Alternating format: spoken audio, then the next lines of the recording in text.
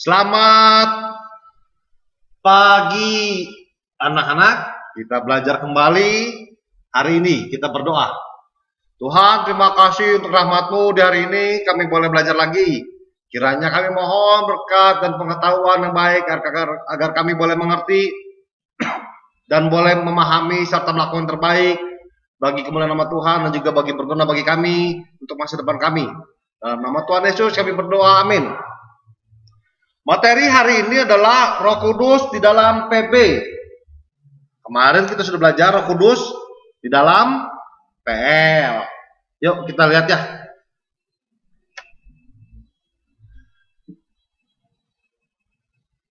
Bagi para siswa yang belum mengerti mengenai Roh Kudus dalam PL, mangga nanya ke saya ya. Kalau Sarah mah udah di dalam Roh Kudus dalam PB ya. Di dalam PB Roh Kudus memakai tulisan pneuma, bukan pneuma ya, bukan pneuma juga ya, di bahasanya pneuma. Roh itu Roh Kudus di dalam tulisan bahasa Yunani. Sebenarnya masih banyak lagi istilah-istilah Roh Kudus yang tertulis dalam Alkitab, tetapi tidak langsung mengarah ke Roh Kudus tulisan bahasa Yunaninya. Yang langsung ini banyakkan pneuma. Di dalam Roh Kudus, di dalam PB Roh Kudus ada 3 penampakannya. Pertama yaitu burung merpati. Kedua api, lebih pasnya lidah-lidah api. Ketiga meterai. Ya.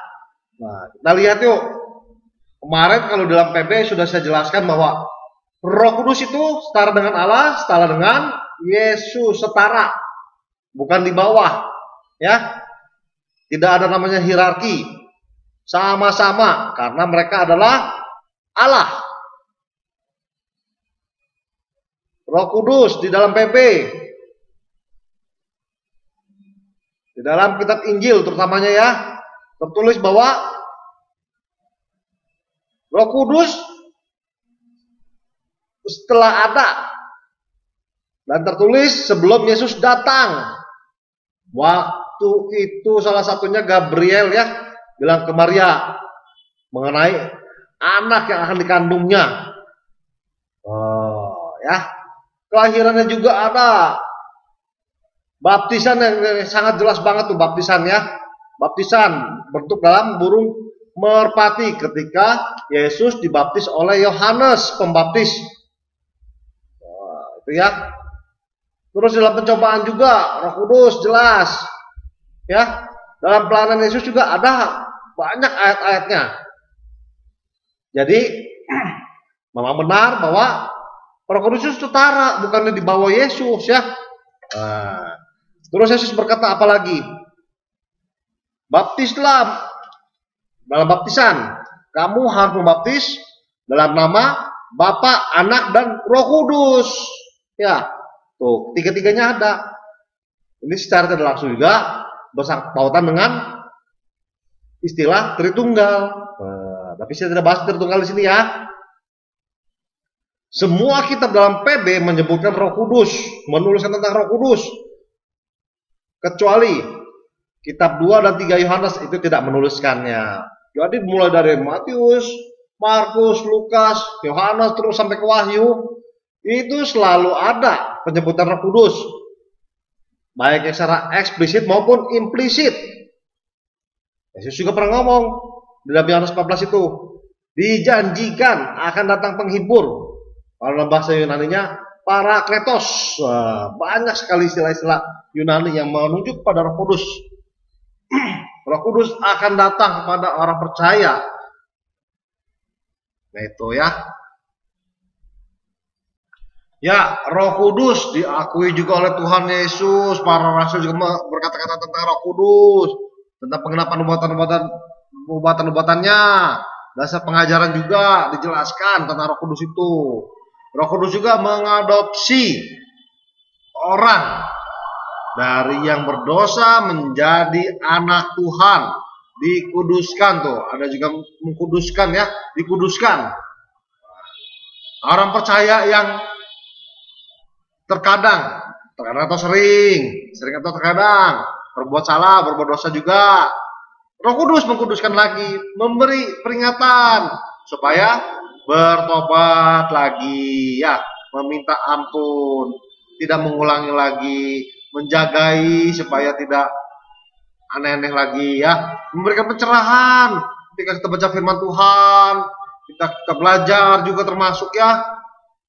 Yang lebih jelas lagi, Roh Kudus sebagai pemberi karunia tercatat di dalam 1 Korintus 12 dan 14 juga termasuk.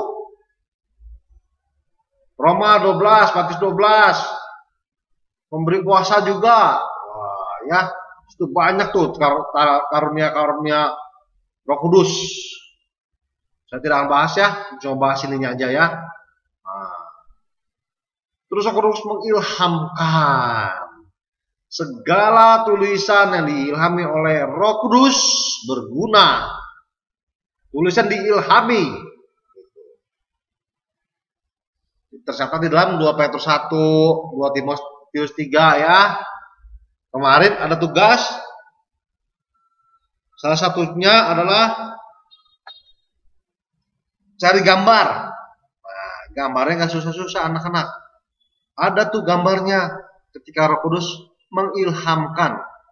Bahasa Inggrisnya apa ya? Illumination. Nah, itu ada gambarnya, pakai gambar itu sebenarnya, ya. Terus selanjutnya apa? Selanjutnya adalah tugas. Tugas hari ini adalah berikan ulasanmu tentang Roh Kudus dalam Perjanjian Baru, baik materi yang kau pahami, yang kau mengerti,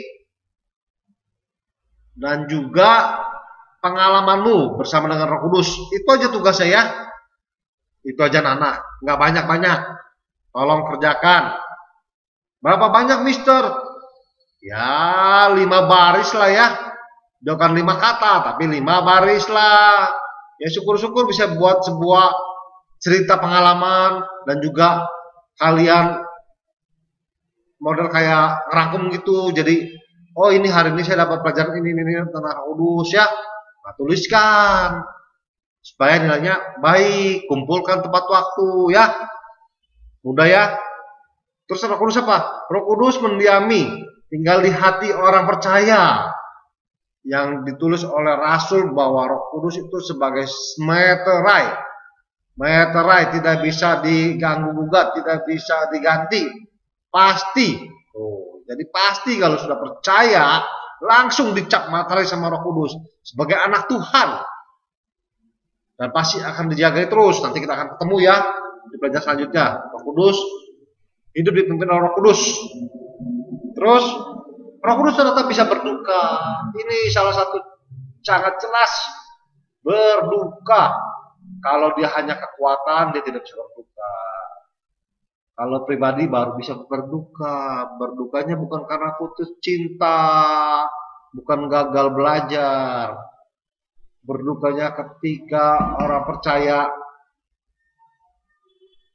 berbuat tidak baik. Bahkan Roh Kudus bisa dihujat, tapi hati-hati jangan dihujat karena tidak ampun bagi menghujat Roh Kudus.